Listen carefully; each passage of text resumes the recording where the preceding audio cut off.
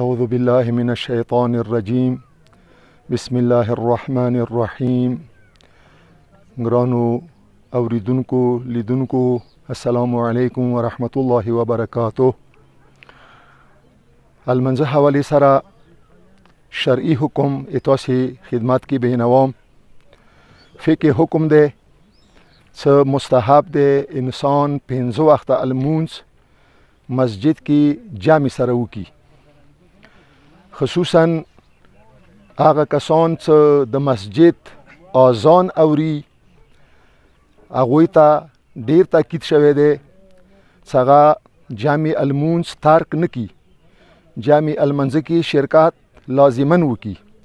ویلي چې دا روایت مستند روایت دی چې پیغمبر اسلام د جامع المنځ فضیلت باب کې فرمایش کوي چې یو المونز جامع سره بیلا 15 المنځونه ډیر افضل دی، یعنی درجاتنا افضل دی، خصوصا د سبی المونز، مخام المونز، مسخوتان المونز.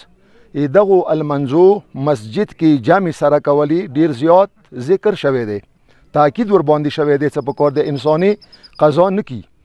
و دا هم روایت شته چې هغه مختصر المونز چې جامع سره کیږي هغه وګده المنځنه چې بیل انسان کوي خدای سره ډیر بهتر دی.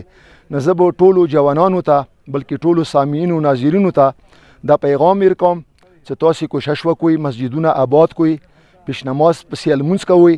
المنځ کې ډیر لوی ثواب دی.